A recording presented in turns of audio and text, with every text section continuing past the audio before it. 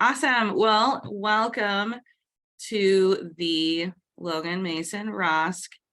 I'm stalling because I need to pull up PowerPoint. Welcome to the Logan Mason ROSC meeting. I don't know. I guess are you seeing the PowerPoint? Yeah.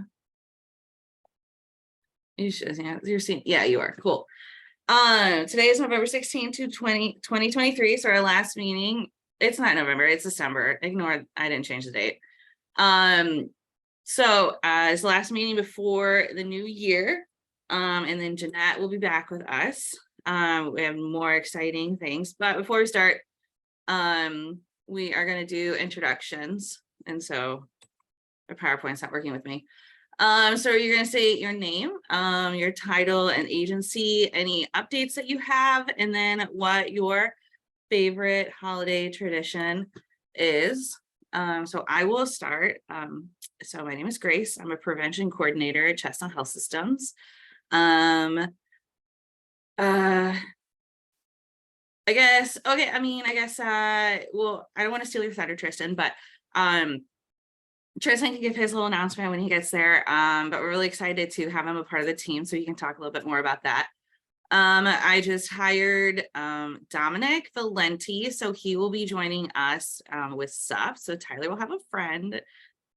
It's very exciting. So, yep, less teaching for Tyler, so it'll be fun. And yeah, I think that's pretty much it. Samantha, would you like to go? I forgot the questions. They're not up. Okay, so you're just saying your name, title, agency updates, and then, oh, I didn't say favorite holiday tradition. Yeah.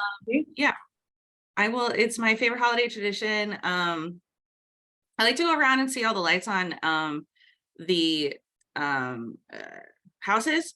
So I work in Bloomington. I work at a school on like a side with theater, and one of our former students, he's 16 now, but he started it when he was 13, doing one of those houses with all like the crazy light shows.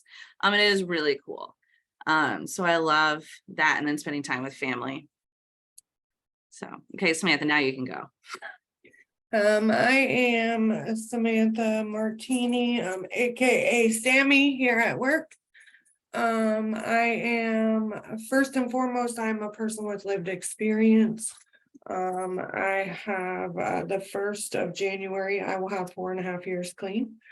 I am a case manager here at Chestnut Health Systems.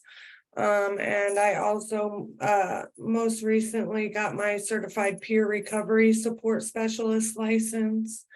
And I don't really have any updates. But my tradition, I guess, just like sitting on the couch and snuggling with my kids. They're teenagers now, so they really don't like to, so I kind of gotta force them, but I still like it. But yeah, just being with my children is my tradition that I like. Love it. Thank you. All right, Cassie. Hi, I'm Cassie Gelini. I am the project director with Memorial Behavioral Health. I am going to save my updates because they're actually on the slides, so I don't want to have to say them twice. So I'm just going to save that for later. I do have some updates and want to just kind of share the last year in a snapshot, just so we can talk about some changes, some things that have, some numbers, some data, anyways, all of that. So that's more to come. And my favorite tradition is we've been trying to do Christmas crafts with my kids. So even though it's busy with school and everything, we're trying to do more things together as a family. And that's one of the things that we've done. And it's been very successful. We have lots of Christmas festivities every night. Thank you. All right, Molly. Hi, I'm Molly McCain. I'm the community health coordinator at Lincoln Memorial Hospital. I don't really have many updates. Things are a little slow here as we go into the new year. But the community health needs assessment survey will go out in February. So I would love to have you all that live in Logan County fill it out and promote it to clients, Sammy, and people that you're working with that live in Logan County, so we can get people with lived experiences, opinions on the health needs. And favorite holiday tradition, my parents and I really like to watch all the cheesy Hallmark movies and usually guess where the plot's going. I actually got bingo cards, so I have to see if I can find those so we can, like, you know, oh, they fell into someone's arms or whatever. So That's awesome. Those movies are always great. Thanks, Molly. All right, Tristan. My name is Tristan McGrew. I am also a person with lived experience. After the first of the year, I'll be starting with the Recovery Corps and Chestnut. I'm excited to get going with that. My favorite holiday tradition is just spending time with family. Thank you. Thank you, Tristan. I'm excited to have you part of the team. All right, Abby. Hey everyone, I'm Abby Behrens, working with Brightpoint, specifically the Butterfly Project. Let's see, so our program is growing. So we did recently lose a case manager. So if you had any connections with Brittany McDaniel, she has moved on. So we are filling her position, but we're also growing. So we have another case manager position open as well. So we have a total of 2. And then we also have a therapist position open. And then there should be a couple more positions to come. So our program is growing, which is amazing because we definitely are in the communities and we're seeing that our services are in need. So that's really awesome. So hopefully we can get those filled and we can start working on our wait list. Other than that, everything's just business as usual. We've been super busy and we're looking forward to a break. So our agency is closed between Christmas and New Year's. So we will all be off, hopefully spending time with family or doing things that we enjoy. So yeah, I think that's all for updates. But holiday traditions, I don't know. I'm just really like a big giver, and honestly, I just love like sitting around with everyone and like opening presents and just like all the smiles on everyone's faces. And I love picking things out for people, so it always just brings me so much joy to be able to like just give during the holidays. So I think that's it for me. Thanks for having me here today. Absolutely. Thanks for being here, Abby. All right, Tyler, how are those cookies? They're good. I'm Tyler Winger, prevention specialist here at Chestnut. I service Logan and Mason County. Update wise, I just got done with teaching, and Grace did too, as far as last week. So we get a little bit of a reprieve until about January something. We don't know the date yet exactly yet. But that's the biggest update. And my favorite tradition is probably just putting up holiday decorations like Christmas trees and everything. My mom loves to put it up around November 1st each year, which is really ridiculous, but I go along with it and I love it. So that's all I got. Thanks, Tyler. All right, Cammie. Hey everyone, I'm Cammie Garrison. I'm the statewide ROSC Region 3 TA.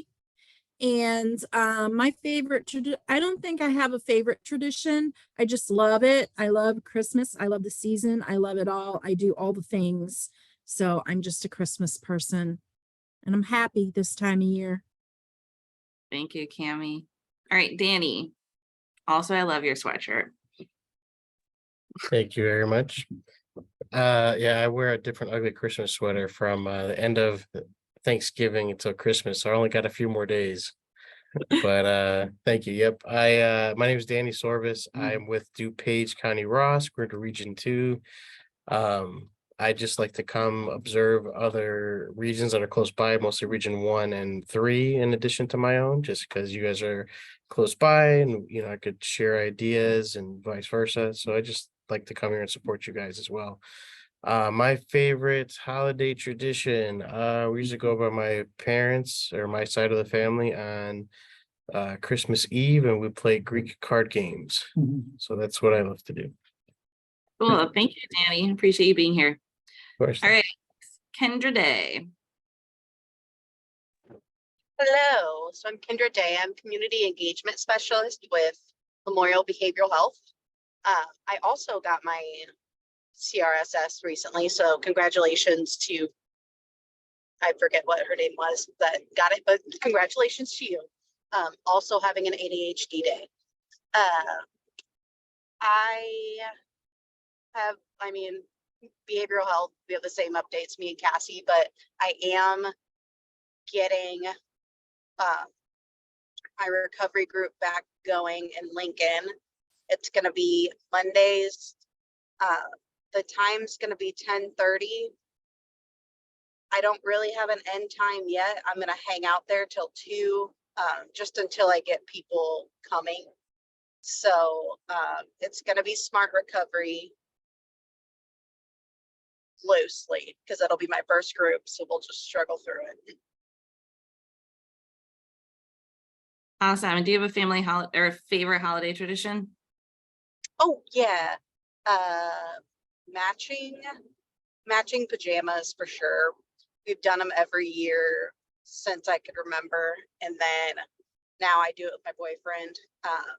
And we're just adding a little flair of our own every year. Our shirt's going to be going towards a cause that we care about. So this year is Veterans at Risk.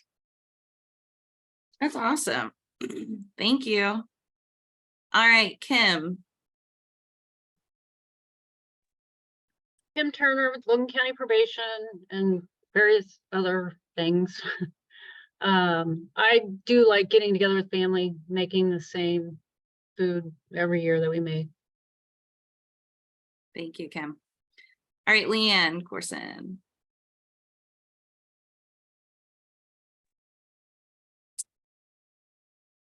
Thanks, Grace. Hi, guys. My name's Leanne Corson. I'm the Region 3 ROSC mentor, subcontracted through Chestnut with Bridgeway. I don't have any agency updates, and my favorite holiday tradition is on Christmas.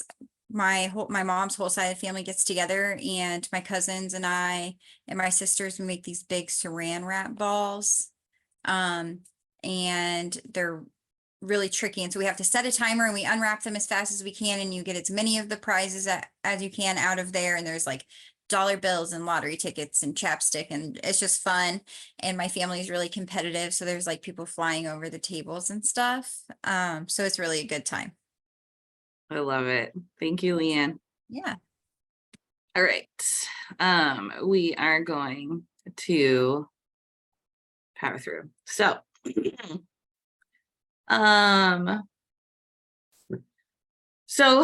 just kind of a reminder of what our ROSC is and the reason why we are here. So we improving access to health, wellness, and holistic recovery options for people who are at risk or suffering from substance use disorders, while educating and connecting Logan and Mason counties to reduce stigma and improve recovery outcomes. And then the second one is Sam says, I don't want to read that.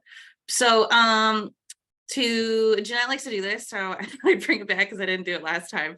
But she likes to bring a quote that kind of just like resembles really what today's meeting is really about. So every accomplishment starts with the decision to try. So I really think that really highlights what today is about.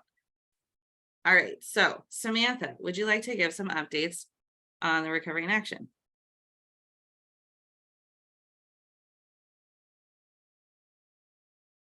Maybe. All right, can you hear me? Yes. I couldn't get it unmuted. So the only update I really have is that we were in the Christmas parade this year, and we actually had, yay, there's pictures. So last year it was just myself, Jeanette, and then 3 of our children. And this year, as you can see, we had a lot more people show up. And it was amazing, right? And we even already have some ideas for next year too, right? Like our goal is gonna be get us afloat so we don't have to walk no more. Yeah, it was really, really good. And people took pictures, and it was amazing. It really, really was.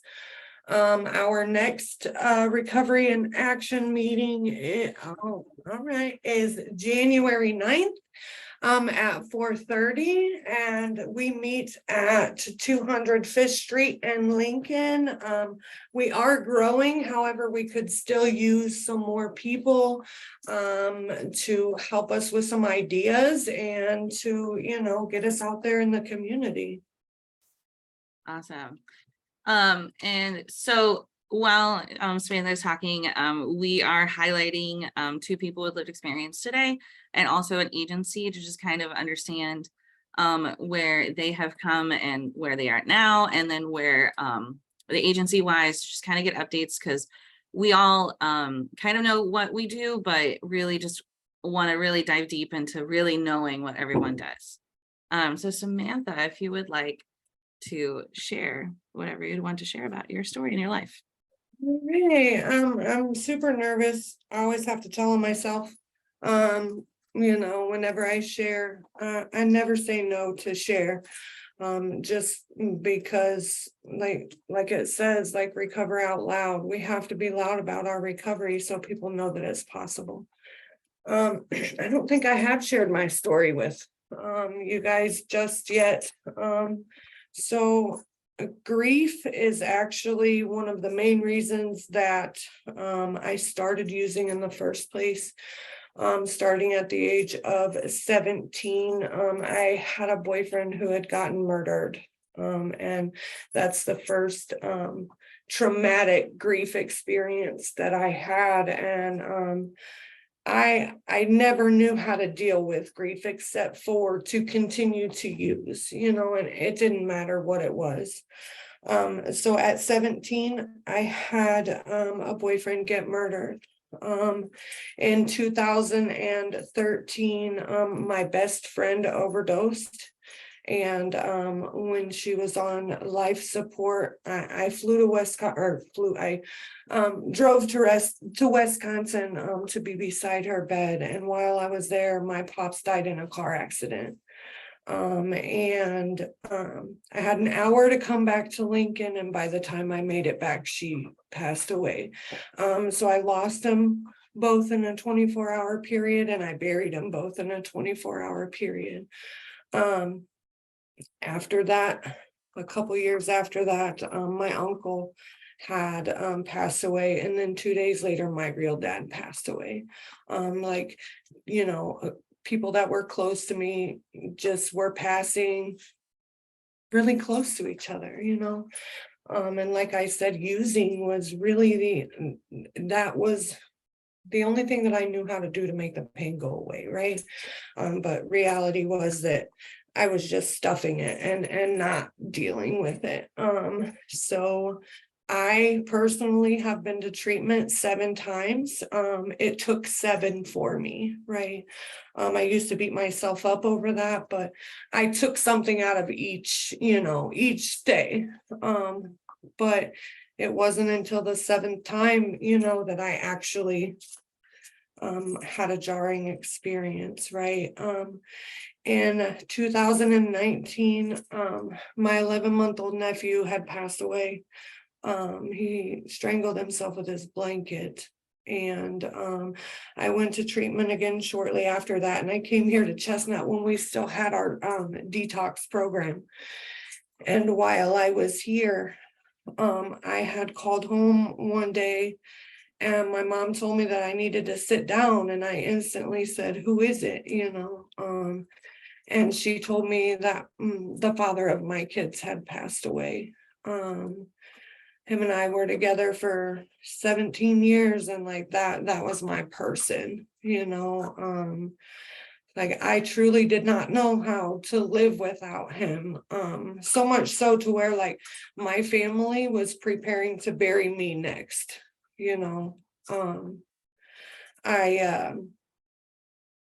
losing him was my bottom, having to sit your kids down and tell them that their dad passed away is,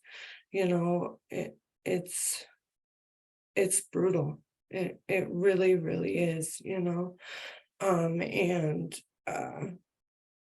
it was brutal, you know. I was sleeping at the cemetery after he passed away. I was trying to kill myself. In reality, like I was trying to die. The one thing that I continued to do when I left here, because I left detox to go tell my kids, you know, but the one thing that I did was I continued to call for a bed here.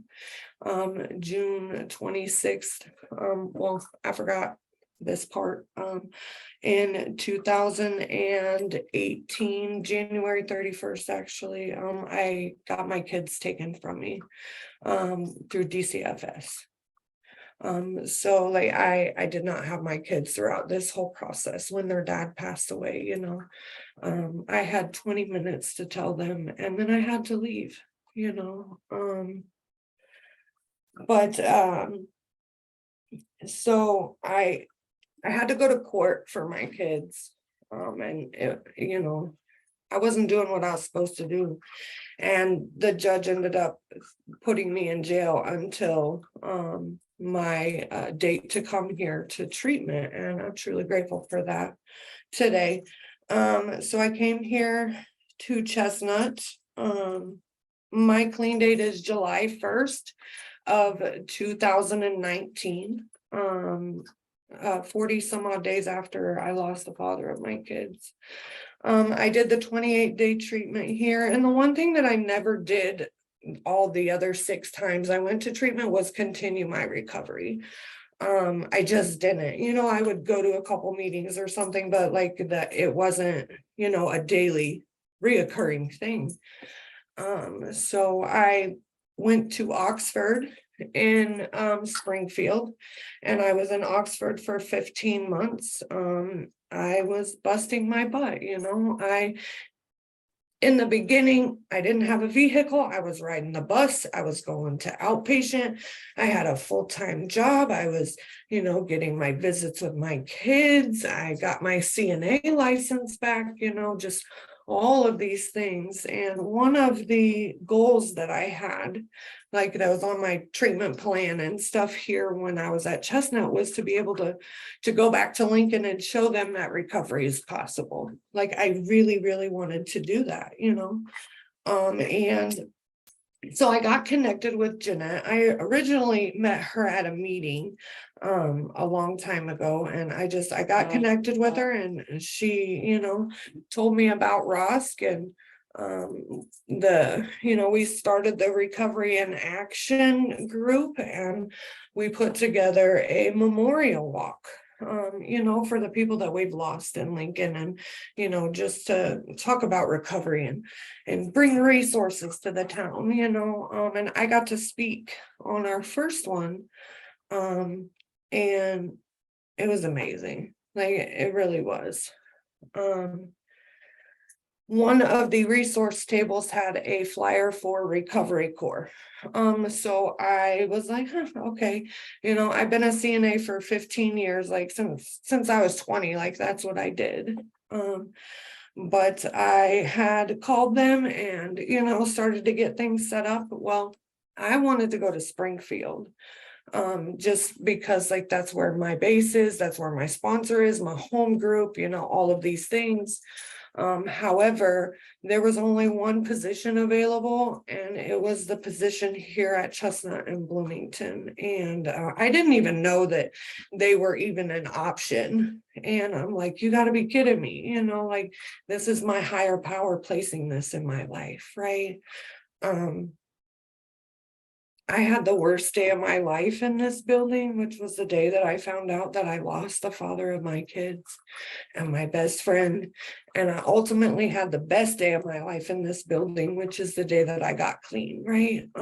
And I get to come back here every single day and teach the groups that taught me, you know, and to show people that recovery is possible. You know, I started out as a recovery navigator, and in October 11th of last year, I actually started as a case manager. And a couple months ago, I completed my certified peer recovery support specialist license. I didn't need to because I'm a case manager, but I do need to, you know what I mean? Like I want it. I want it all, right? I'm a true addict.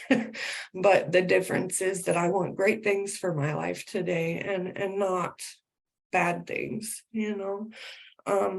I'm truly grateful that I get to work where I work at.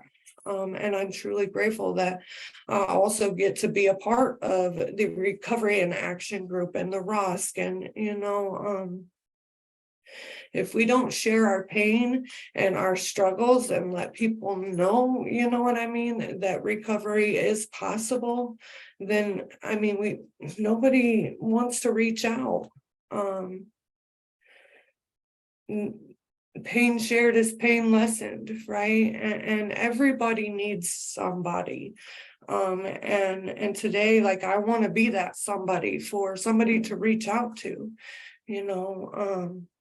Recovery has changed my life. You know, I told you I lost my kids. However, like, I didn't totally lose them. I got them back, you know. October of this year was 2 years that I got my kids back, you know. They're teenagers now and really don't want anything to do with me. However, they you know, they live in my home as of right now. But you know, my son's 18 and talking about leaving, and we won't talk about that. But you know, recovery has totally changed my life, you know. Going from sitting in a room being taught to being the person who gets to instruct the meeting and show people that recovery is possible, you know. I always wanted somebody who I could connect with, and now I get to be that person as well. I don't know, I think I touched on pretty much everything, you know. I choose to recover out loud today. Some people don't, however, I do.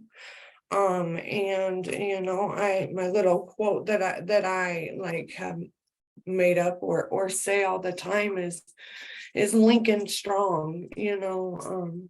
I do all the time, like, we are strong in Lincoln, you know. We just have to come together, and you know, that's what I choose to do.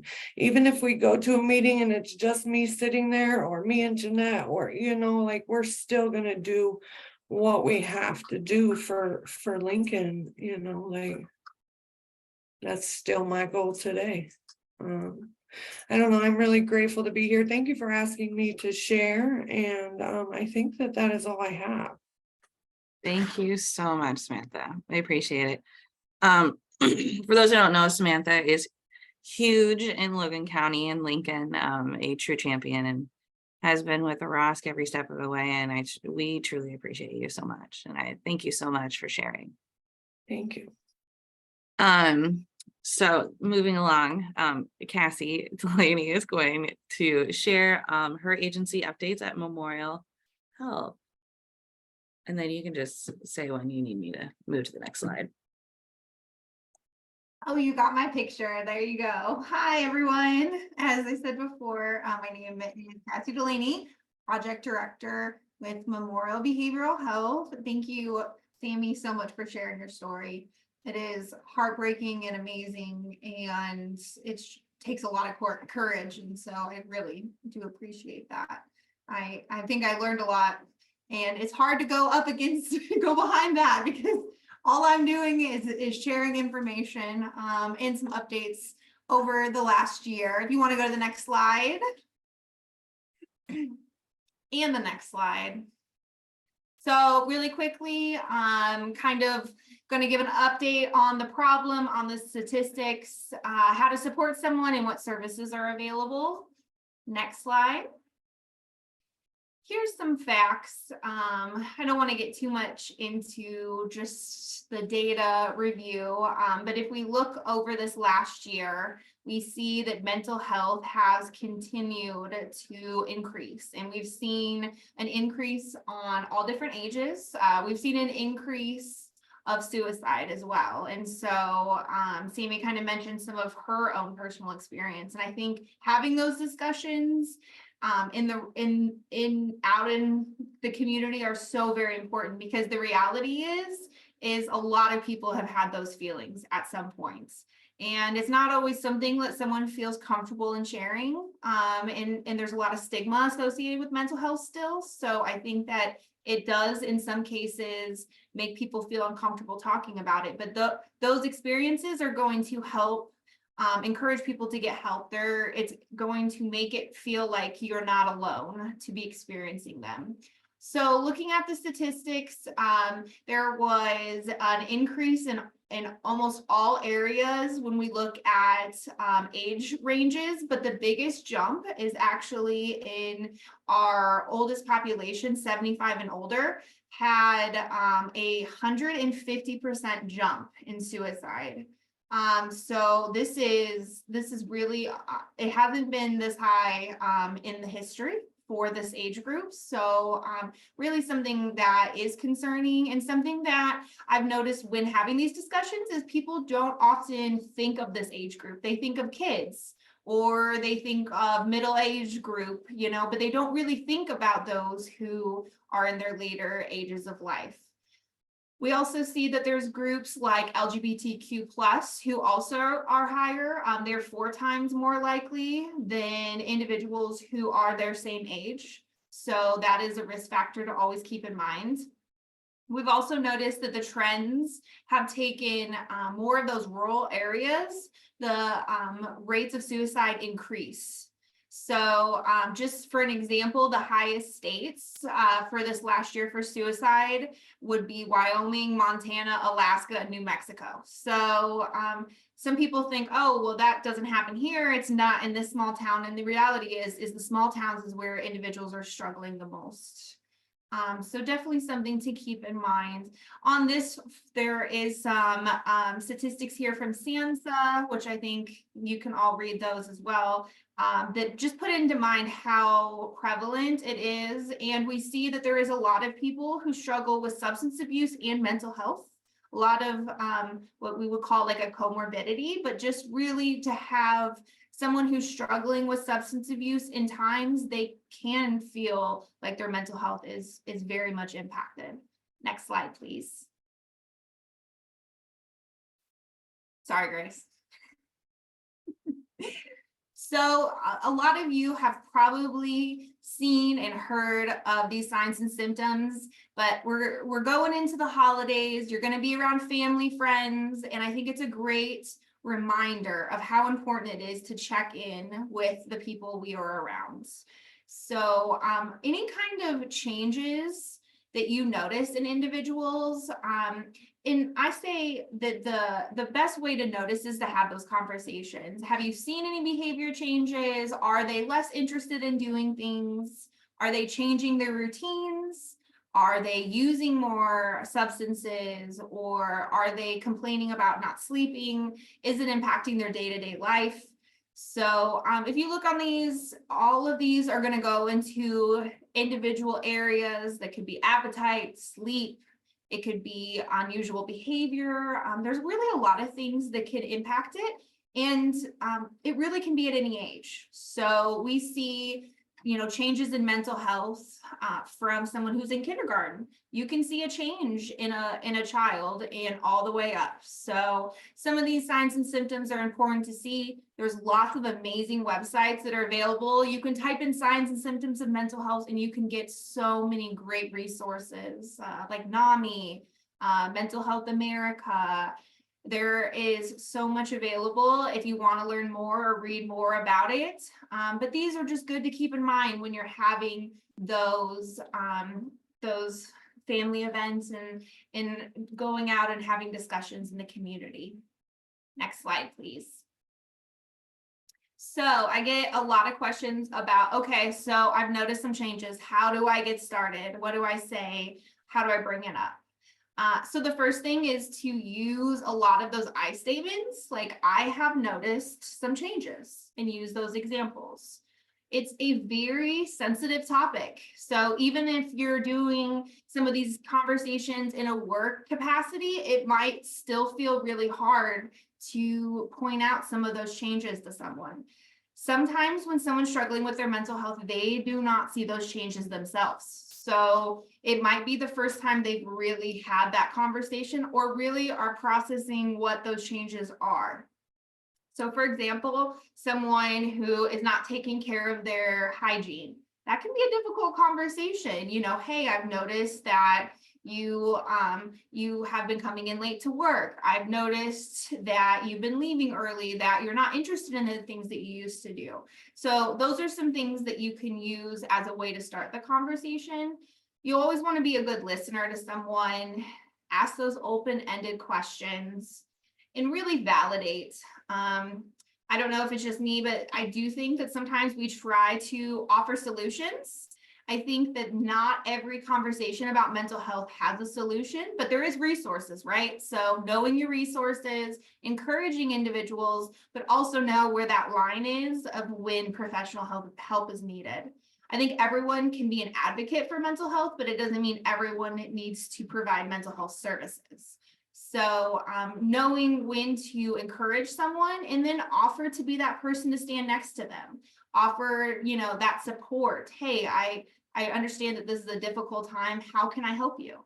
So that can make them feel like you are there to support them rather than tell them what they should do. Sometimes if you have your own experience, that might be something that you can share with within that conversation, or if you're not comfortable, that's okay too. I also think it's good to do a follow-up. So if you're concerned about someone, don't just have the conversation once and say, yep, they're fine, all done. You really want to make sure that you're following up with them. They're still doing okay. If there's someone else, like let's say it's in your family or something like that, I do think that even sharing and saying, hey, I would really like to, you know, let John know that what we've talked about today. And I think John would be a great support for you. You know, is that okay? So if you are going to share it with someone, ensure that they understand that and why you're doing it. Yes, thank you. So one of the things I also often get questions about is if someone's in a mental health crisis. So we see that anyone could end up in a mental health crisis, and a crisis for me is different than a crisis for someone else. So there's some things to support an individual with keeping in mind safety is always first. So if that person is putting you at risk when you're with someone in a crisis, you always want to bring in emergency response. That's just for your safety. But there are a lot of mental health crises that don't need that level of response. So staying calm, being non-judgmental, open-ended questions, all those things are just really good practice on how to support an individual. Go where they are. If they're sitting down, sit down next to them. Be on their level. If they're very stressed, they're walking around, stand up, be a calming presence for them. So it usually, when someone's working through really tough emotions, it can feel like that you're getting the brunt of their anger or their frustrations. So sometimes they push those that they love or that they trust away first. So just giving some encouragement, sharing resources, and then knowing your limits. Everyone has limits, and I think it's important to keep that in mind. So one of the programs that's been relatively new with Memorial Behavioral Health is Mobile Crisis Response. This is actually throughout the state of Illinois. This is a grant, which means that the state helps fund this. And this allows someone to present in person in the community when someone's having a mental health crisis. So Memorial is the provider for Logan and Mason County, as well as we serve 8 counties total. So this is something I wanted to bring information for your county. We use fiscal years, so I put that in parentheses. That is a starting of July which is of course confusing for when I'm reporting data, but I wanted you to have the most up-to-date information. So this is looking at July 1 of 23 to now. Most of our calls, 79%, are within 30 minutes of when the caller calls in. We use a dispatch line, so we have that number 217-788-7070 as the main line for all area. They call in, they give a general information of what's happening. Is there any concerns? And are they at home? Do they have dogs? They have kind of a group of questions, so they have a better understanding of what the needs are and what the environment is. 73% of our calls are in person, which means a mobile crisis response clinician, as well as we have peers on the team as well, go out into the community to do those calls. There are some times where we do use telehealth, especially in those really off hours, or like for example, this week we've had some sicknesses, so there are times where we've had to utilize that. 50% of calls in the Logan Mason area are at home, so I think that is a little bit interesting. For, I would say, for our like Springfield area, it's actually more in the community or at schools, so that is a little bit different. We see that 65% of the callers in Logan and Mason are over the age of 18, but we do serve all ages. So again, just some information. We 67% of those who are screened stay in the community, which means they don't need inpatient psychiatric follow-up. But what it does mean is they still will get a follow-up call 100% of the time, and they will get follow-up. So that's going to, oh, in a safety plan. So everyone who is not admitted will have some resources on hand. They'll get some connections, and then they'll have someone who's usually that peer recovery specialist make those calls within that 48 hours time. How are you doing? How can we help? One of the things that we're doing now, since it's so close to Christmas, is we're offering Christmas calls. Like, do you need someone to talk to on Christmas? Sometimes those days are just really tough for people. So Kendra helps with this too, but engagement, you know, how can we help you? Can we bring you resources? Can we help you sign up for Medicaid? There's a lot of times that mental health is just one piece of all the needs that that individual or that family has. Also wrote down, and I can't see it because of this, but the most common days I believe were Tuesday, Wednesday, Thursday, but I think it went Thursday, Wednesday, Tuesday. So just something that I thought was interesting. Another resource that's I keep continuing to talk about, and it's really, I think, a great thing for everyone to know about, is 988. This is nationwide call, text, chat. 988 has served millions of people throughout the United States, and they've continued to add more and more services within their service lines. So I put the veterans press 1, that's been here for a little bit, but they've added in the LGBTQ plus line and now the ASL line. So they do serve 150 languages. So they have translation. They are 24/7 anonymous. And if that individual needs in-person response, they can dispatch mobile crisis response. So this can be anything from somebody to talk to someone to come out and provide that assessment. For both of these services, we are looking kind of at the trends based on population. In Logan County in particular is the lowest in utilization of those two services, both of which are free. So even if you have insurance and you need mobile crisis, it is grant funded, and we do not send anything to insurance. So trying to just address some of those barriers, some of those concerns people may have in using a service like this, and doing things like this just help providers and everyone on the call understand better what the services are and how to get individuals connected. You can go to the next slide. So here is our Lincoln location with a picture. One of the things that we've noticed as individuals are signing up for services, this would not be crisis services, this is just signing up for like therapy and some of our other service lines, is that the paperwork is usually people's least favorite part. So it is offered virtually now, and we're really encouraging individuals to use that. So when their first appointment, when they come in, they can talk about what they want to talk about, not what we have that's needed for them to get signed up. So there's the information and the location just for you to be aware of. Can you go to the next slide, please? In that office, here's the services that we offer. Right now, I talked with some of the other managers for each of these programs. We have openings for adult case management. We are pretty filled up with child stabilization case management, but are still taking referrals. We have openings for therapy. Kendra, who's on the call, does community engagements.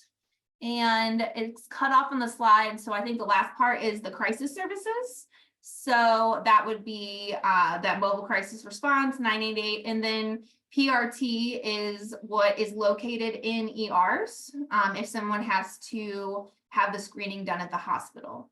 Our goal is to always serve the individual in the safest and best way for them to have those discussions. So we do try to have those discussions and support that person outside of the ER if safety is able to be met. If it's not, then that does limit where we see them.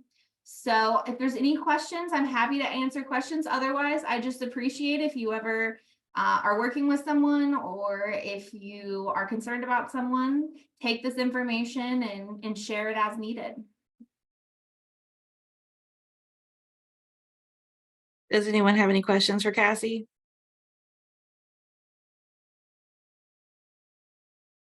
Well, thank you. Oh, I just had something real fast to add. This is Kendra. So I'm also a person with lived experience, and I encourage everyone to call 988, even when you're well, or on a day when you're just frustrated, because it is delightful. And the first time I called it, I felt so weird and so awkward. And I was like, I didn't want to, but once I did, it made the rest of the calls that much easier. And then calling 988 with the person you're talking with, because maybe they need help making that first call, because it is intimidating, but it was absolutely delightful. thank you, Kendra. Anybody else have anything? Well, thank you, Cassie. I appreciate you taking the time out of your day to come and present this to all of us. To move on, I'm just gonna do some fast things and then we'll have one more thing. The harm reduction resources. So the Havana Public Library is, they have these things, but it's not out yet. But if you did need it, you can go there. The family custom cleaners, I did get better updates and I don't remember what they are. So I'll look those up in a minute. But it's still rocking. If you need any flyers or cards, let me know, or Jeanette, and we can get those to you. Our next ROSC meeting is Thursday, January 18th, but we're gonna go backwards. So the Oxford House, they are accepting applications. It's a 7-man house, 150 deposit, 150 a week for rent, which all includes furnishings, utilities, internet. So if you have any questions about Oxford House, you can contact Diamond, and he can answer any questions that you have. But what's very exciting is Kaylin, who is going to be our last share of the day. So Kaylin has graciously offered to share his story. He right now is, you can correct me if I'm wrong, but you live at Oxford House. You have been being a part of the RA group. I mean, your picture was on the parade, which thank you so much for going out and doing that. That was totally awesome. You were part of the Narcan panel discussion, or the harm reduction panel discussion. So that's very exciting. but we are so appreciative of this. So Kaylin, if you would like to take the floor, you can go ahead and do so.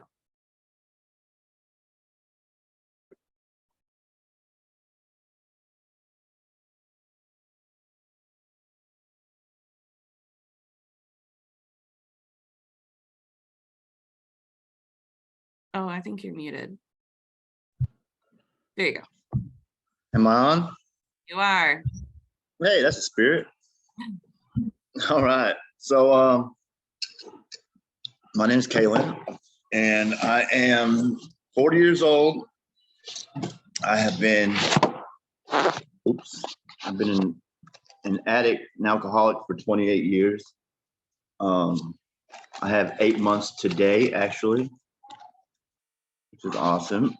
I am the president of the Oxford House, the vice chair of the Macon County chapter for Oxford House. And this is the longest I've ever held a job in my life, which is about 6 months. I'm excited. I'm a chef here at the Blue Dog. Let me go ahead and back up. So I was around 12 years old when I first had a taste of alcohol. And basically my parents would have little parties, little get-togethers every weekend, and their friends would come over and there'd be like Zimas and beers and I don't know. I mean, that's showing my age. Zimas would be around. And me and my little brother would go around and sip them. And we realized that beer was horrible and Zimas tasted good. And then it wasn't until we actually overindulged that because we used to act like we were drunk, but until we was actually drunk, we was like, oh my God, this is horrible. So we didn't, that kind of detoured me from drinking for a while. Then I, what's crazy is like 1 year, I was totally against weed. And the next year I was just overindulged in it. And I think what happened was we had moved from Lincoln, Illinois to Kentucky. So in Kentucky, I was automatically from Chicago. I was automatically a Yankee.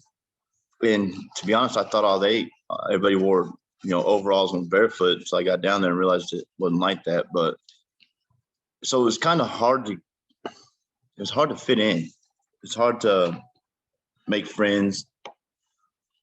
And I got with a group of people that would accept anybody, really. And they're like the misfits or something, if you will, And they smoked weed, and so I smoked. Let me think, man. This is probably the second time I've ever told my story. But it's not really unique or different than anybody else's, I don't think. I started out with weed. I ended up, starting to drink on the weekends. I realized I hated beer because it tastes like shit and it took too long. And, I was one of the people, I just wanted to get there. You know what I'm saying? I didn't have time. I'm like, I couldn't social drink. I couldn't even understand social drinking. I'm like, why is everybody taking their time? Like, I'm trying to get, and I'm trying to escape. So I didn't, now that I know not a lot, but I know enough about recovery and my addiction, I realized that it was because I couldn't manage my own emotions. I didn't know how to control them. I didn't have any coping skills. So, and I just wanted to fit in like everybody else. These people accepted me. So, and my addiction was just right there, waiting with, open arms. So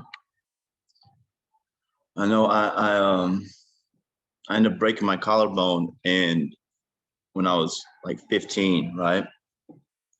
And the doctor prescribed me hydrocodone, like 7.5 Vicodins, 90 a month. I didn't fucking know any better, All I knew is that when it stopped working and it started hurting again, I just take another one. There wasn't no you know, I'm an extremist. I was trying to get there. When I was there, I'm trying to stay there. You know what I'm saying? So, you know, I was introduced to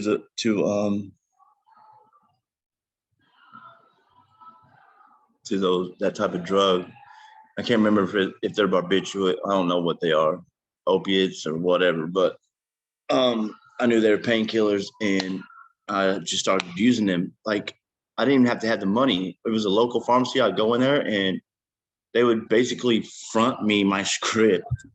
Like, what kind of that's fucked up, man. Underage, and yeah, it was wild. So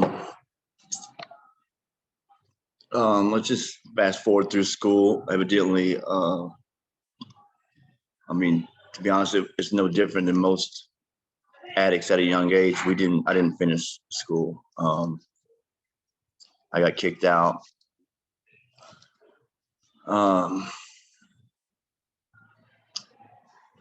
So before I was 21, I was playing music in these bars, and I was drinking. And I remember on my 21st birthday, I went in there. I'm like, I'm 21. They're like, what the hell? We thought you was 21. So, but right before that, I was in the emergency room, and the doctors told me if I was to continue to drink the way I am, I was going to last 3 months, and told me to see a power of attorney and fill out my living will. I didn't even know what the hell that meant, to be honest. You know, I knew it wasn't good, but I didn't know what the hell a power of attorney was. So, and I knew that, man, it wasn't fair because I wasn't 21 yet. There ain't no damn way. So I told myself I'd just slow down like everybody else around me. I just kept getting in trouble with the law. It wasn't until recently I found out that, you know, the cops, the only reason they was ever after me was because I was breaking the law. And it seemed like a fucking epiphany, excuse my language, but because I always thought like they just want to arrest me, they just want to lock me up, they just want to, yeah, you're breaking the law. They're doing their job, you know. What's different today is I've shook like 6 cops' hands, 1 detective's hands, 2 probation officers I worked out with at the rec center. You know what I'm saying? The judge, the state's attorney, they all see me, they wave, they shake my hand. It's just way better. It's such a better life. I don't want to go into too many war stories. I can tell you that I've lost count of how many times I OD'd and was hit with Narcan. I've lost count of how many times I've been arrested. I've been to treatment 8 times. I heard Samantha, which I love Samantha. She's like such an inspiration. And she's one of my best friends. So she said she'd been 7 times. I remember when I thought about that I'd been to treatment 8 times, I'm thinking like, damn, that's embarrassing. But it's not embarrassing. It's miraculous because some people don't make it 8, let alone 1. So I became grateful that I've been 8 times. I had in and out of recovery stints, nothing less than more than 3 months. I try to do it for probation, parole, my kids. I try to do it for someone I thought I was in love with. And this 8th time in treatment is when I finally shut my mouth. And I didn't just listen with my ears, I listened with my heart. I took everything in. If I didn't understand something, I'm raising my hand, and you're going to explain this to me and break it down until I understand it. Okay, because I was fighting for my life this round. I was doing it for myself this time. You know, and it was just so different, but yet it seemed so simple. It's like, damn, why didn't I do this? So why didn't I do this sooner? You know, and it didn't matter because I understood why you had to do it for yourself. I understand what being a part of something greater than myself is too. I'm reminded every day to stay humble.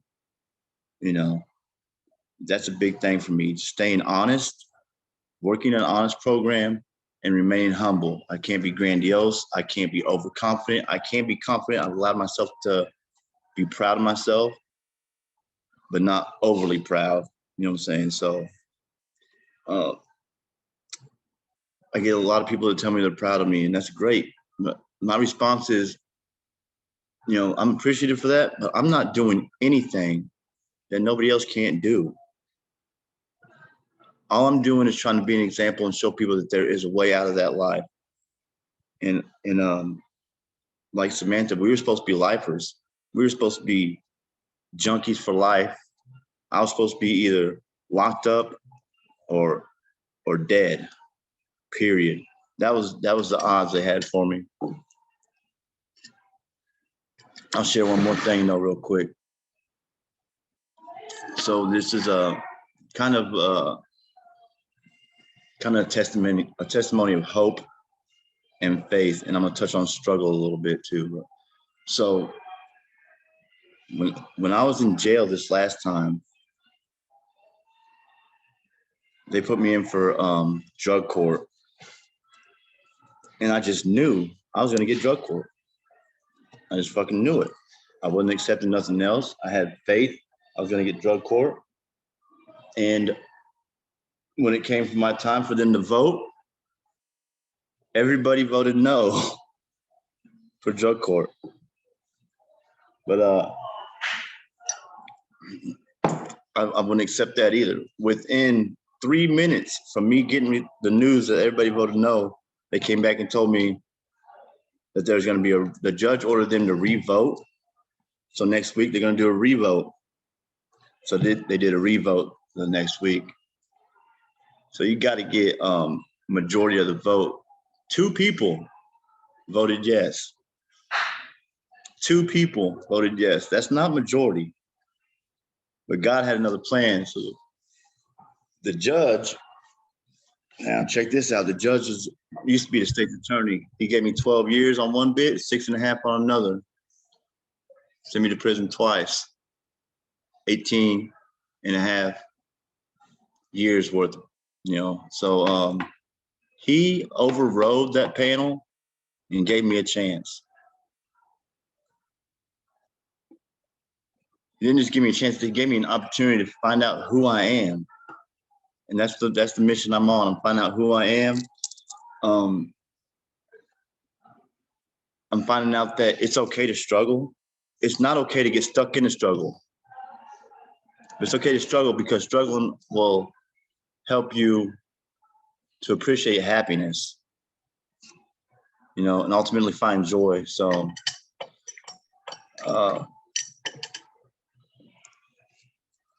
I never thought I'd have 8 months. This is great. It's actually living life now. And I know that I don't have to, I got coping skills now. I got people I can call. I got so much support that I'd be a fool not to utilize it, you know? So it's just a better life. I'm happy. I love myself. I love being part of the solution instead of part of the problem. And I think that's probably it. Like I said, this is the only 3rd time I've shared my story. I'm not that good at it. I'm not great at articulating and formulating, but I just want to let people know that there's a way out. And if they need help, and I can share my experiences, strengths, and hopes, and my victories, and maybe they can get something out of that. And if they need more extensive help than I can give them, I know people to call. So that's pretty much why I do this. I don't know the extent of damage I did my addiction, but I know the extent of I call it reversing the ripple effect. You know, I know that I can help, and the more that I help, the more that I become available to help people, then hopefully eventually I can kind of make up for that damage. So that's pretty much all I got. Thank you so much, Kaylin. We really appreciate it. So on that note, our next meeting is January 18th at 2 p.m. Check us out on Facebook, YouTube, Instagram. If you need anything, just reach out to me, Nadia, or Jeanette. Thank you so much, everyone, for coming. Sorry for going over on time, but it's important things to share, important things to hear. So thank you, everyone. I hope you have a fabulous holiday and Happy New Year, and we'll see you in the new year. Bye, everyone.